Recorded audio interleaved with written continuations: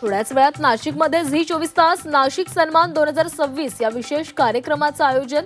नाशिकशी संबंधित विविध विषयांवर चर्चा, तर कुंभमेळ्याच्या निमित्तानं विशेष चर्चासत्र.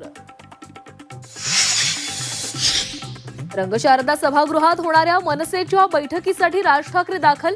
थोड्याच वेळात मनसेच्या नेत्यांना राज ठाकरे मार्गदर्शन करणार. शहरी भागासह ग्रामीण भागावरही मनसे भर देणार.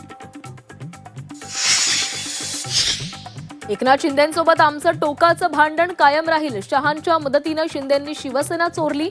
शिंदे राज भेटीवरून संजय राऊतांचा शिंदेंवर निशाणा. भिवंडीमध्ये थोड्याच वेळात महापौरपद निवडणूक. महापौरपद निवडणुकीसाठी नगरसेवक दाखल. कुणाचं महापौर होणार याकडे लक्ष.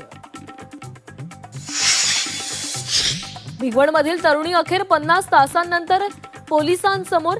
स्वइच्छेनं गेल्याचा तरुणीचा जबाब, तर अपहरणावेळी मिरची पूड टाकली नसल्याचा वैद्यकीय अहवाल. सूत्रांची माहिती.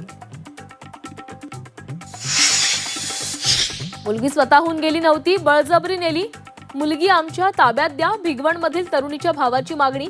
कोणत्याही परिस्थितीमध्ये मुलगी ताब्यात घेणारच, तरुणीच्या नातेवाईकांचं विधान. पुण्यामध्ये अमोल कोल्हेंच्या व्याख्यानाला विरोध. काही विद्यार्थी संघटनांकडून कुलगुरूंना पत्र, तर पुणे विद्यापीठाकडून कुठलीही माहिती नाही. व्याख्यानाला जाण्यावर कोल्हे ठाम. बीडमध्ये शिक्षण विभागाचा सावळा गोंधळ. 10वीच्या परीक्षेसाठी उभारला मंडप. विद्यार्थी संख्या वाढल्याचं कारण देत उभारला मंडप.